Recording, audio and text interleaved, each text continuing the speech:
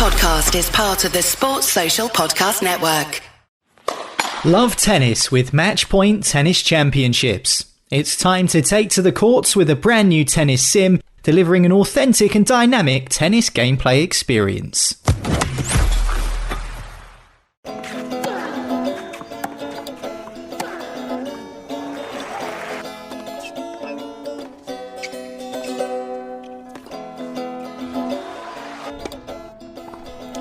Welcome back to another Love Tennis Podlet. It's I think it might be day 11 at Wimbledon. Maybe it's day 12. It's quite hard to keep up, as you know. We're short of sleep, we're short of energy, we're not short of tennis. Although, it should be said, I'm recording this on Friday morning, we are quite short of tennis on centre court because Rafa Nadal has pulled out of Wimbledon with an injury, an abdominal tear. It means Nick Kyrgios is through to his first Grand Slam final here at Wimbledon, and it means that there is only one men's semi-final on Friday. The first time ever that's happened, that we've had a walkover in a men's semi-final here at Wimbledon. Quite a remarkable day yesterday.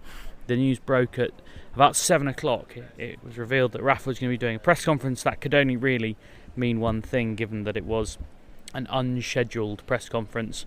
Stu Fraser of the Times reported that he had withdrawn, and 25 minutes later he himself confirmed that was indeed true. He had been at Wimbledon earlier in the day.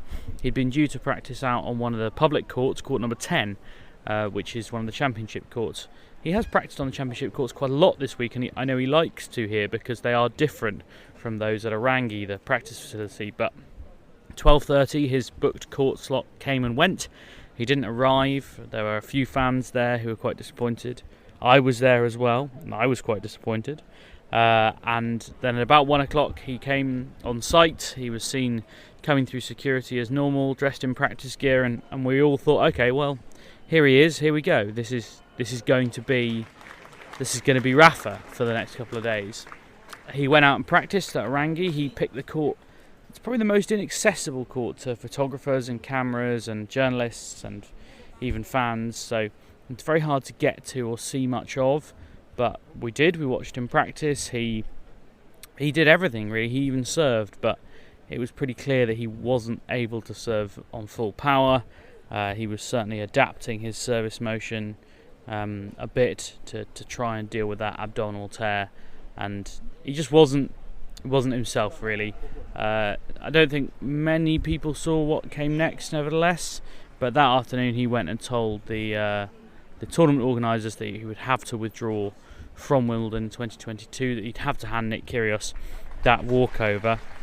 He was obviously hugely gutted to make that decision. He spoke at length about it, which, we're always grateful when players come and talk about it because, people want to hear from them and we want to write stories about them. He said, as you can imagine, if I'm here, I have to pull out the tournament. As everybody saw yesterday, I've been suffering with pain in the abdomen. I knew something was not okay there, as yesterday I said. I have a tear in the muscle. I was thinking about the whole day, the decision to make, but I think it doesn't make sense to go on, even if I tried lots of times during my career to keep going under tough circumstances. In that one, I think it's obvious if I keep going, the injury is going to be worse and worse. I think none of us thought it wouldn't be the foot that got him in this tournament. The foot, I think, and he said as much yesterday, the foot isn't giving him many problems now because they seem to have dealt with it. And now he's picked up another injury that has forced him to pull out. Marca, the Spanish newspaper, report that it's a 7mm abdominal tear. Now, if you want to play abdo tear top trumps, that is smaller than the 25mm tear that Djokovic had in Australia the last year. It is smaller than the 20mm tear that Nadal himself had at the US Open back in 2009, I think it was. But obviously it's not really relevant. You can't compare those three because the abdomen is quite a large area of the body. There are many different muscles in there. Depending which one you tear depends on what it affects and the problems it creates. So it doesn't really make any sense to make those comparisons. It does make sense to think of what would have been. We were really looking forward to Nick Kyrgios versus Rafa Nadal. It would have been a fine match, I'm sure of that. Even if Rafa was injured, he proved against Taylor Fritz that he can produce great performances, even when indeed he is injured. I think also it's worth noting that a lot of people said, oh, it's Rafa with his gamesmanship and, he's messing around, he's not really injured. Well, I think as Calvin and I both said, he clearly is injured, and he clearly wasn't faking it, to put it that way. So, Rafa Nadal out of Wimbledon. It's hugely disappointing, I think, for everyone involved in the tournament, because it does take a huge amount away from men's semi-final day. The All England Club last night told centre court ticket holders they could apply for a full refund of their tickets as long as they did so before midnight. That message, well, I only saw it at about 9 o'clock in the evening, so whether that really had much of an impact, I'm not sure. I have asked the club how many returns they had, but I'm not sure. There will be a lot on resale, I would think there'll be a decent number on resale today, so if you've got a ground pass, I would definitely recommend getting in the queue and seeing if you can't get a resale ticket. And of course that raises money for the Wimbledon Foundation as well, which is great for everyone, really. It's a win-win situation. A bit more on Rafa Nadal and what he thinks the impact of this injury is going to be. Clearly it means he can't go for the Grand Slam. His 19-match winning run at Grand Slams is over, at majors I should say, it's over, so he can't go for the calendar year Grand Slam. It's off the table. The big question really I think we all wanted to ask nevertheless is, will he be back for the US Open? He seemed to think that he would be. He said that if he had played through and tried to play the semi-final and the final, and it should be noted that he said, I'm pulling out because I don't think I can win 2 matches. Didn't say that he didn't think he couldn't win 1.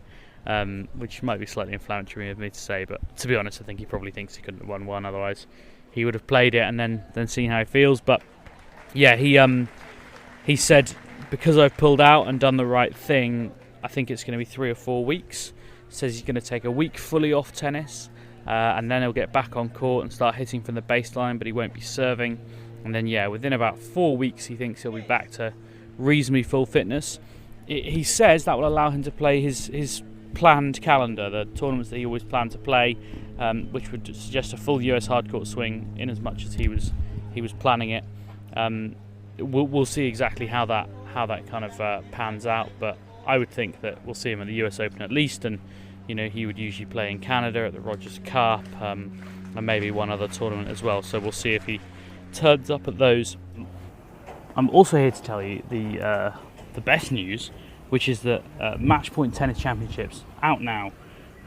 As you know, we've been sponsored by Match Point Tennis Championships over Wimbledon. It's been great to have them support us. It's enabled us to do so much more podcasting and broadcasting, and you can now buy the game from Game, in fact. It's available on PC, PlayStation 4 and 5, Xbox as well. I believe it's on Xbox Game Pass too. I've been playing it and really enjoying it, genuinely. It's as George said the other day, it really does feel like you're playing tennis. I mean, obviously it's not the same kind of physical thing, but from a tactical perspective and an immersive perspective, it's a really great game, and I would recommend you give it a go. And once the championships are over, and I've got a bit more time, I will offer up the chance to listeners to play me online and see if I can get truly found out. That's Match Point Tennis Championships, sponsoring the podcast for the duration of Wimbledon.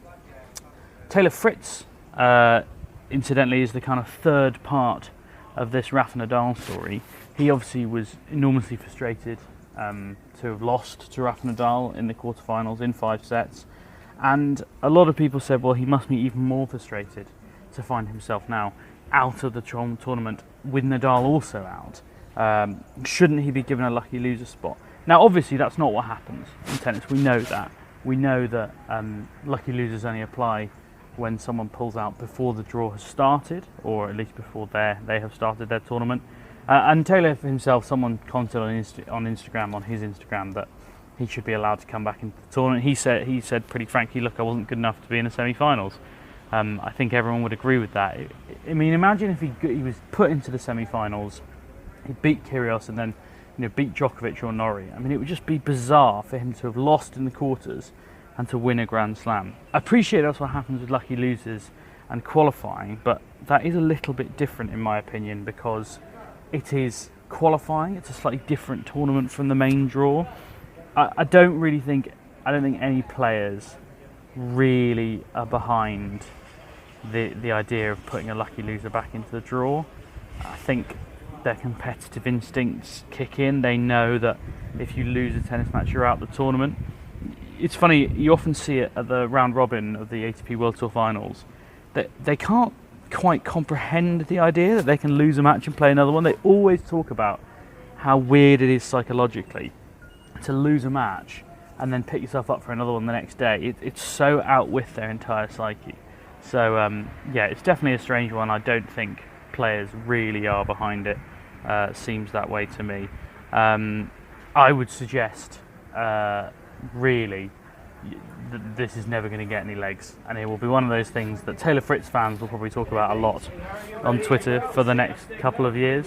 But I can't really imagine they're gonna get behind it entirely. It means we have Nick Kyrgios in a Grand Slam final confirmed. We'll talk more about that with George and with Calvin over the next couple of days ahead of Sunday's final. Who he plays will be decided this afternoon between Cam Norrie and Novak Djokovic. We all know what we think is going to happen in that match, but we don't know. The great unpredictability of tennis. They are on later on centre than planned because in order to pad out the schedule on centre, they've put the women's doubles semi-finals one before and one after, which I think is probably scant consolation for those who thought they were paying 200 quid a seat and more to watch Nadal versus Kyrgios and Djokovic versus Norrie. But at least they've made an effort, so maybe we should give them some credit for that. It's also worth talking about, well, what else is it worth talking about? Of course, the women's semi-finals, I suppose we haven't spoken since Ons Jabeur beat Tatiana Maria and Elena Rybakina beat Simona Halep. The Jabeur-Maria match went to 3 sets. It wasn't of the highest quality, but it was a lovely throwback. Both big slices of the ball, drop shots galore. I think Jabeur's level did drop a bit in the second set. She was far from perfect. She'd agree with that as much as anyone else would. But she's into the final. She's the first Arab woman ever into a Grand Slam final. She's a huge flag bearer for the whole of North Africa, really, and the whole Arab community. She's taken on that role with aplomb, and well, she's going to provide hopefully a great final against Elena Rybakina, who was really magnificent against Simona Halep. She hit her off the court, to be quite honest. She's obviously got that massive serve, one of the most effective in the entire women's draw. She's also brilliant from the ground on both wings, I would suggest. And yeah, Halep just didn't have enough to put back at her, really. She worked hard, and I think Halep just looks a bit nervous, to be honest. I think there were 9 double faults in all, some at some really crucial moments, and I think when you do that in a Grand Slam semi-final, you're going to get found out. So Jabeur versus Rybakina, the final. Hopefully we'll have a chance to preview that with George or Calvin, and you'll be able to listen to that on Saturday morning ahead of the final. And then we'll of course talk about the men's final as well when we know everyone who is in it. But that's all from us at the Love Tennis Podcast. We'll catch you next time.